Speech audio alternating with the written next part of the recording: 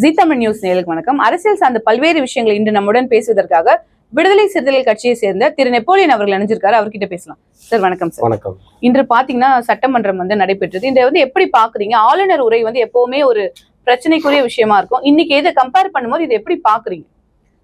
கடந்த 5 ஆண்டுகளை விட இந்த பட்ஜெட்டினுடைய இந்த கூட்டத்தொடரினுடைய ஆளுநர் உரை என்பது மிக சிறப்பாக இருந்திருக்கிறது. அமைச்சரவை என்ன மாதிரியான ஒரு அறிக்கையை கொடுத்ததோ அந்த அறிக்கையை அப்படியே வாசித்திருக்கிறார். அப்படி தான் சொல்லணும். நம்ம ஒரு சின்ன மாற்றம் கூட செய்யலை. போன ஆட்சியில் இருந்தால் திமுக ஆட்சியில்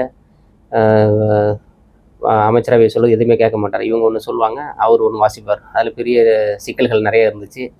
ஒவ்வொரு தட்டியும் ஆளுநர் பாதியிலேயே வெளியேறிடுவார். அதுதான் ஒரு நிலைமையாக இருந்துச்சு. இது ஏதோ ஒன்று தாவேக்காவுக்கும் ஆளுநருக்கும் ஆன ஒரு ஒற்றுமை இருந்திருக்கிறது. அவர்களுக்குள்ள ஏதோ ஒரு பேசி முடிவெடுத்திருக்கிறார்களா, இல்லை ஆளுநர் RN ரவியை போட இல்லாமல் ஒரு ஜனநாயகபூர்வமாக இந்திய அரசியலமைப்பால் பற்றுக்கொண்டு சட்டமன்ற ஜனநாயகத்தை மதிக்கும் வகையில் ஒரு ஆளுகிற அரசு சொல்கிறதை அப்படியே வாசித்தாரா என்கிற ஒரு கேள்வி எழுகிறது. அப்படிதான் அவர்கள் வாசித்திருக்கிற அரசு சொன்னதை அப்படியே வாசிச்சிருக்கிறாங்க. எந்த மாற்றமும் இல்லாத வாசிச்சிருக்காங்க. ஒரு சிறப்பான ஒரு முன்னுதாரணம். ஆளுநருக்கும் தமிழக அரசுக்குமான தொடக்கம் என்பது மிக சிறப்பாக இருப்பதாக நாம் யூகிக்க தோன்றுகிறது. இது தொடர்ந்து நடக்கணும். இப்போ எதிர்க்கட்சி தலைவரான உதயநிதி ஸ்டாலின் அவர்கள் இன்னைக்கு ஒரு குற்றச்சாட்டு முன் வச்சிருக்காரு. தாவேகாவும் பாஜகவும் ஒரு உறவில் இருக்காங்க அப்படிங்கிற மாதிரி. ஏன்னா இப்ப நீங்க சொல்ற மாதிரி பார்க்கும்போது எப்பவுமே ஒரு பாசிட்டிவான விஷயம் அரசுக்கும் ஆளுநருக்கும் இடையே தமிழகத்துல மக்கள் பார்த்த வரைக்கும் பெருசா நடந்ததில்லை. இந்த முறை நடக்கும் பொழுது உதயநிதி ஸ்டாலின் அவர்கள் இப்படி ஒரு குற்றச்சாட்டை வச்சிருக்காரு. இதை எப்படி எடுத்துக்கிறீங்க? நீங்க தாவேகாவுக்கு ஆதரவு தெரிவிச்சிருக்கீங்கன்ற பார்க்கும்போது நீங்க இதை எப்படி எடுத்துக்கிறீங்க இந்த கருத்து? இல்லை, இது அரசியலா ஒரு பேசுறாரு, அவ்வளவுதான். இது ஒரு அரசியல் தனமா அவருடைய பார்வை இருக்கிறது. என்னுடைய சொன்னால் இத்தனாண்டு காலம் ஆளுநருடைய செயல்பாடு என்பது வேறாக இருந்தது. இன்னைக்கு ஆளுநருடைய செயல்பாடு வேறாக இருக்கிறப்ப ஒருவேளை 2 பேரும் கூட்டு சேர்ந்துட்டு பண்றாங்களோ. ஆளுநர் என்பவர் இன்னைக்கு பாஜக அரசால் நியமிக்கப்படுகிற ஒருவர். கடந்த காலம் பார்த்தீங்கன்னா RN ரவி RSSனுடைய வெளிப்படையவே நான் RSS காரணம் சொல்லிட்டு இருந்தவர். அப்படி இவரும் இருந்திருப்பார். ஒருவேளை அதனால் பாரதிய ஜனதாவுடைய ஒரு ஏஜெண்டாக இருந்து தமிழ்நாடு அரசை வழிநடத்தக்கூடிய தமிழ்நாடு அரசினுடைய நிர்வாகத்தில் தலையிடக்கூடிய ஒரு நபராக இருக்குவார். அதனால் அதன் கீழ் ஒரு ஏதோ ஒரு அச்சத்தின்பால் அவர் சொல்கிறார். அது எந்த அளவு உண்மை என்னன்னு தெரியல. அது காலம்தான் போக தான் முடிவு பண்ணணும். என்னுடைய சொல்ல இன்னைக்கு தான் முதல்ல தொடங்கியிருக்காரு. ஏற்கனவே அமைச்சரவை தொடங்குறதுக்கு முன்னாடியே ஏகப்பட்ட தடவை ஆளுநர் முதல்வர் விஜய் அவர்கள் தன்னுடைய பெரும்பான்மை நிறுவிக்க விடாமல் அலகழித்தார். அதெல்லாம் பெரிய நடந்திருக்கு. இப்போ அதெல்லாம் இல்லாமல் ஒரு சுமூகமான முறையில் நடந்திருக்கிறாங்க. இது வெளிப்பார்வையில் அப்படி தான் தெரியும். பாஜகவினுடைய மத்திய அரசினுடைய ஏஜெண்ட் தானே ஆளுநர் என்பவர். அப்போ ஆளுகிறது மத்தியில் ஆளுகிறது பாஜக அரசு. இப்போ அந்த பாஜகனுடைய நபராக அரசினுடைய ஒரு ஏஜெண்டாக இருக்கிற ஆளுநர் அவர்கள் தமிழ்நாட்டினுடைய அரசுக்கு எல்லாத்தையும் ஒத்துப்போகிற வகையில் செயல்பாடு இருக்கிறது. ஒருவேளை அவர்கள் திட்டமிட்டு தான் இப்படி ஒரு நகர்த்துகிறாரா? பிஜேபியினுடைய ஆதரவை பெற்று விஜய் அவர்கள் இந்த மாதிரியான ஒரு பாமர மக்களுடைய கேள்வியிலிருந்து அவர் கேட்டுக்கிறார். அது எந்த அளவு உண்மை என்ன என்பது போக தான் முடிவு. உதயநிதிய அந்த கருத்தில் அந்த சொல்லில் எந்த அளவு உண்மைத்தன்மை இருக்கிறது, வெறுமே அதை பொய்யாக போகிறதா, இல்லை உண்மை மெய்ப்படும் வகையில் காலம்தான் முடிவு பண்ணி சொல்லணும். ஆளுநருடைய செயல்பாடுகளை எதிர்த்து தமிழக வெற்றி கழகத்தினுடைய முதல்வர் விஜய் அவர்கள் பங்கெடுக்கிற முயற்சியும் தான் எதிர்காலத்தில் தீர்மானிக்கும் உதயநிதி சொல்வதில் எந்த அளவு உண்மைத்தன்மை இருப்பது என்பது அறிய முடியும். பாலியல் குற்றங்கள் இந்த ஒரு மாதத்துல பயங்கரமா அதிகரிச்சிருக்கு அப்படிங்கிற மாதிரி உதயநிதி ஸ்டாலின் அவர்கள் குற்றச்சாட்டை முன் வச்சிருக்காரு. அது மாதிரி நடந்துட்டே தான் இருக்கு. ஏன்னா பாத்தீங்கன்னா கடந்த ஒரு 2 தினங்களுக்கு முன்னாடி அடுத்தடுத்த நாள் 5 பாலியல் குற்றங்கள், அதுல 3 வயது சிறுமியெல்லாம் படுகொலை செய்யப்பட்டதெல்லாம் ஏற்றுக்கொள்ள முடியாத சம்பவங்கள். இது ஒரு பக்கம் நடந்துட்டே இருக்கு. இன்னொரு பக்கம் விஜய் அவர்கள் பாத்தீங்கன்னா நேற்று சமந்தாவை மீட் பண்றாரு. முன்னாடி நாள் சிம்ரனை மீட் பண்றாரு. இப்ப பாலியல் குற்றங்கள் ஒரு பக்கம் அதிகரிக்குது, ஒரு பக்கம் இது நடக்குது. இது நீங்க கம்பேர் பண்ணி பார்க்கும்போது சாதாரணமா எடுத்துக்கலாமா, இல்ல உதயநிதி ஸ்டாலின் அவர்கள் சொல்ற மாதிரி இது மிகப்பெரிய குற்றச்சாட்டு தான்? இல்ல, எந்த அரசு இருந்தாலும் குற்றவாளிகள் தொடர் குற்றச்செயலில் ஈடுபட்டு தான் இருப்பாங்க. அது நம்ம அரசினுடைய கடுமையான சட்டங்கள் தான், கடுமையான நடவடிக்கைகள் தான் இது மாதிரி குற்றங்கள்லாம் தடுக்கும். போன அதிமுக ஆட்சிகளும் அதே மாதிரி நடந்தது. அதுக்கப்புறம் திமுக ஆட்சியில் நிறைய இது மாதிரி கிரிமினல்கள் தன்னுடைய அத்துமீறல்களை மக்களிடத்திலே செஞ்சுட்டு தான் இருந்தாங்க. நிறைய குற்றங்கள் நடந்தா இருந்தாங்க. இன்னைக்கு குறைந்த காலகட்டத்தில் இந்த அரசினுடைய புதுசாக இன்றைக்கி தான் விஜய் அவர்கள் பதவியேற்றிருக்கிறாரு. முதல் கூட்டத்தொடர் நடக்குது. இப்போ இதில் அவர்கள் சில குற்றவாளிகள் வெளிப்பட வருவாங்க. அரசினுடைய விஜய் வந்து சட்ட ஒழுங்கை சரியாக காப்பாற்ற மாட்டார், நடவடிக்கை எடுக்க மாட்டார் அப்படிங்கிற பொருளில் நிறைய விஷயங்கள் நடக்கும்.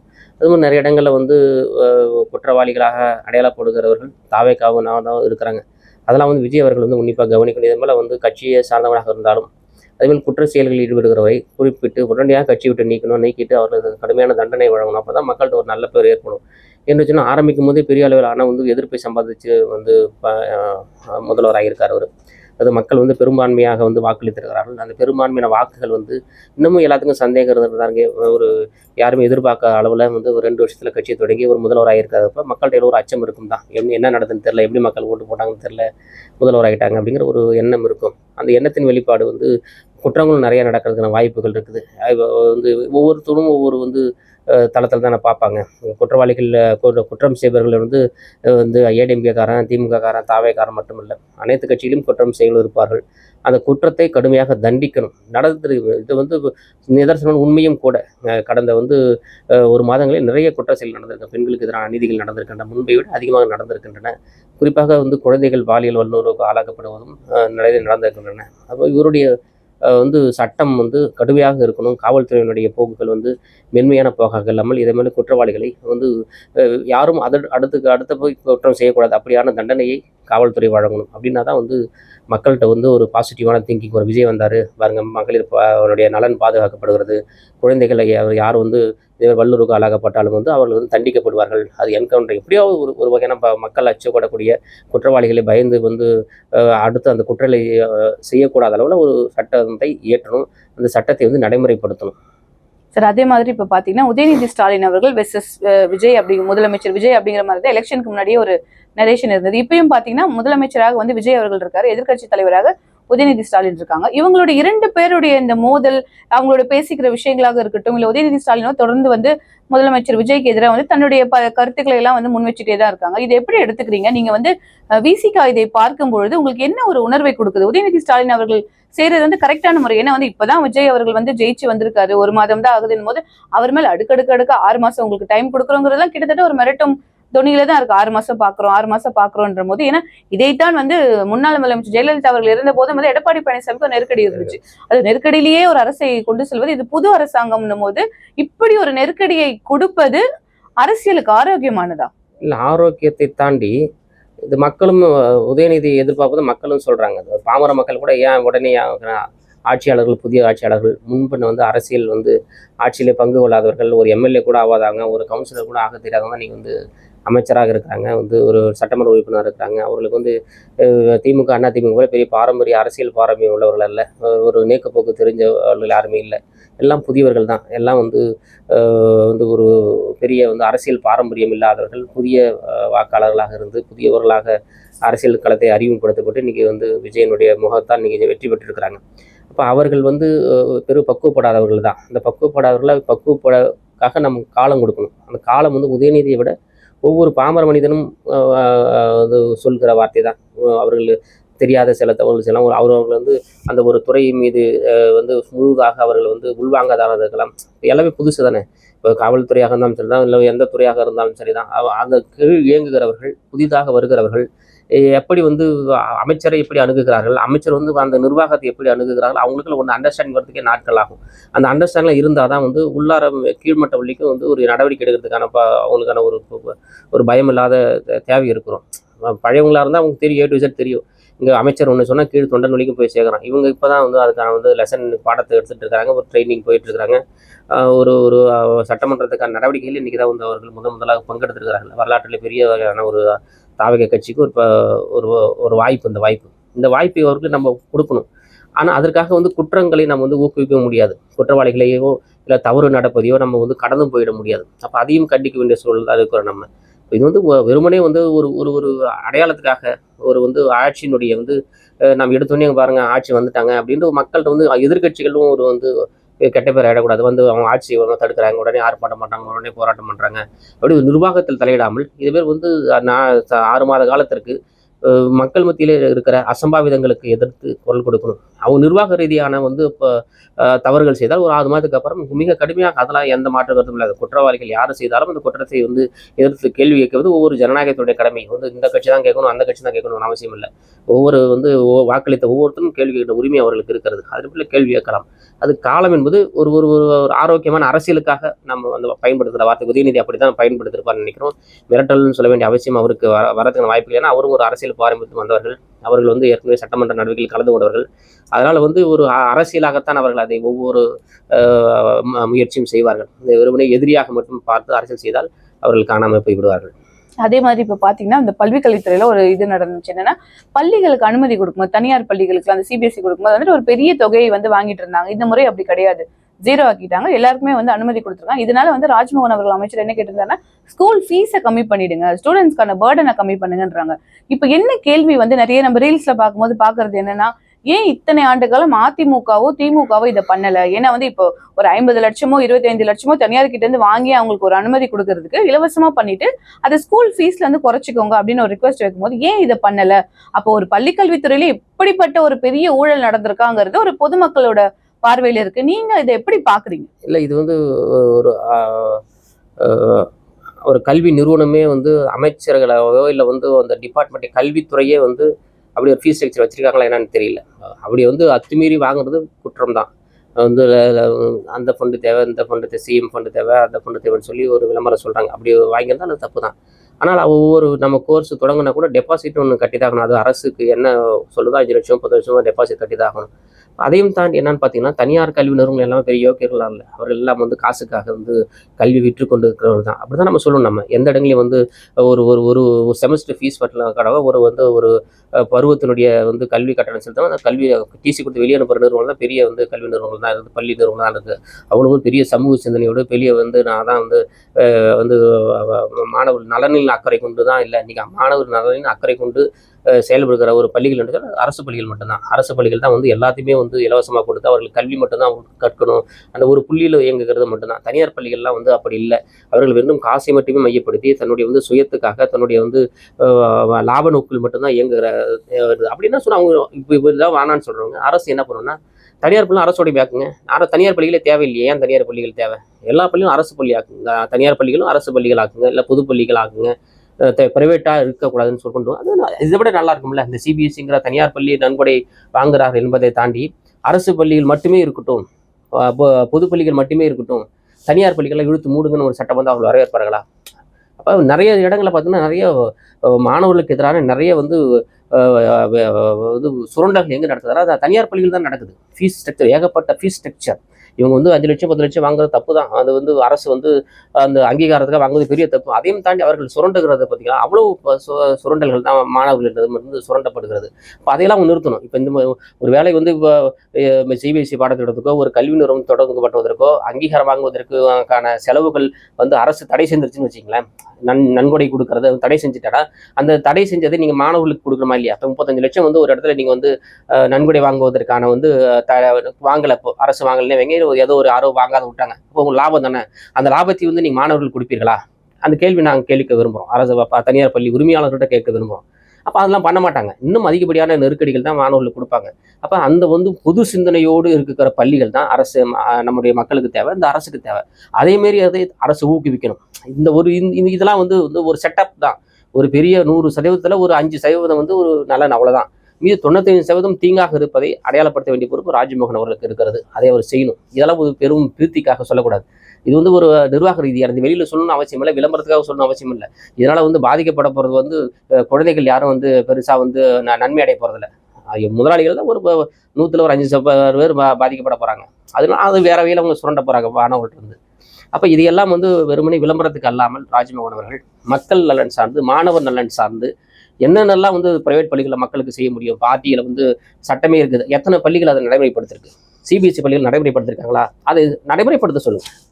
இது மாதிரி வலுவான வந்து மாணவர் நலனில் அக்கறையுள்ள திட்டங்களை தனியார் பள்ளிகளிலே ஊக்குவிக்கணும். அதற்கான தனி ரெசல்யூஷனே போடுங்க, ஒன்றும் பிரச்சனை இல்லை. பள்ளிகள் வந்து 100% வந்து 20% வந்து ஆர்டிஐயில் வந்து சீட்டு கொடுக்கணும், ஏழைகளுக்கு கொடுக்கணும் அப்படின்னு அந்த சீட்டை கொடுக்க சொல்லுங்கள். எந்த பள்ளிகளுமே கொடுக்கலையே, எல்லாமே வந்து வியாபாரம் தானே பண்ணுறாங்க. அப்போ இதையெல்லாம் வந்து ராஜ்மோகன் விளம்பரப்படுத்தி அந்த பள்ளிகளுக்கு, தனியார் பள்ளிகளுக்குள் சாதாரண ஏழை மாணவர்களும் படிக்கும் வகையில் ஒரு திட்டத்தை ஒரு நிலையை இருந்தால் நாம் வரவேற்கலாம். சரி, இப்ப பாத்தீங்கன்னா அதிமுகல இருந்து பல எம்எல்ஏக்கள் அந்த ரிசைன் பண்ணிட்டு வந்துட்டு இப்போ தாவேக்கால இணைஞ்சிட்டு இருக்காங்க. சமீபத்துல கூட எம்ஆர் விஜயபாஸ்கர் அவர் பேரெல்லாம் கூட அடிபட்டு இருக்கு. அவர் வந்து இப்போ ராஜினாமா பண்ணிட்டாரு, அடுத்து இங்கதான் வர போறாரு அப்படிங்கிற பேச்சுக்கள்லாம் போயிட்டு தான் இருக்கு. நீங்க வந்து இப்ப ஆதரவு தான் கொடுத்துருக்கீங்க தாவேக்காவுக்கு, இன்னும் கூட்டணியா போகல. உள்ளாட்சி தேர்தல்லாம் வரப்போகுது, என்ன மனநிலையில நீங்க இருக்கீங்க? ஏன்னா வந்துட்டு இப்போ அதிமுகவுன்னு வரும்போது விசிகாவுக்கு நிறைய சிக்கல்கள் இருக்கும். அதிமுகவின் கூட்டணிகளா இருக்கும், பட் அதுல இருந்து விலகிதான் இங்க வந்து சேர்றாங்க. அதிமுக ஒன்னும் கூட்டணிக்கு வரல, அங்க இருக்கவர்கள் விலகி வராங்க. இந்த விஷயங்களை நீங்க ஏற்றுக்கொள்கிறீங்களா? ஏன்னா வந்து ஒரு புதிய ஒரு கட்சி, பல அனுபவசாலிகள்லாம் வந்து ஆதரவு தெரிவிக்கிறாங்கன்ற மாதிரி பாசிட்டிவா எடுத்துக்கணுமா, இல்லைன்னா வந்துட்டு ஒரு ஒரு லாபத்துக்காக, ஒரு சொந்த லாபத்துக்காக மட்டுமே இப்படி வராங்க அப்படின்னு எடுத்துப்பீங்களா? இது வந்து பெரிய அளவிலான தாவேக கட்சிக்கு எதிராக போய் முடியும். மக்கள் வந்து இதேமாரி ஆட்கள் வேணாம்னு தான் வந்து தாவேக்காக வாக்களித்திருக்கிறாங்க.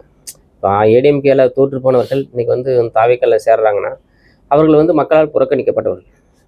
அவங்க வானாண்டு தான் உங்களுக்கு வாக்களிச்சிருக்காங்க. திரும்பி அவர்களையே நீங்கள் பழையவர்களையே கொண்டாந்து நீங்கள் வந்து பழைய மொந்த புதிய தண்ணி சட்டிங்கிற மாதிரி ஒரு பழமொழி சொல்லுவாங்க. அது மாதிரி வந்து ஒரு பழையவர்களே திரும்பவும் கொண்டாந்தோம்னா திரும்பி அந்த கட்சி தான் பாழ்படும். அது வந்து ஆரோக்கியமான தாவேக்கான வளர்ச்சிக்கு வந்து பெரிய தடையாக போய் முடியும். மக்கள் வந்து ஆடின பார்த்து ஓட்டு போடல, விஜய்ங்கிற ஒரு நபரை பார்த்து மக்கள் வாக்களித்திருக்கிறார்கள்.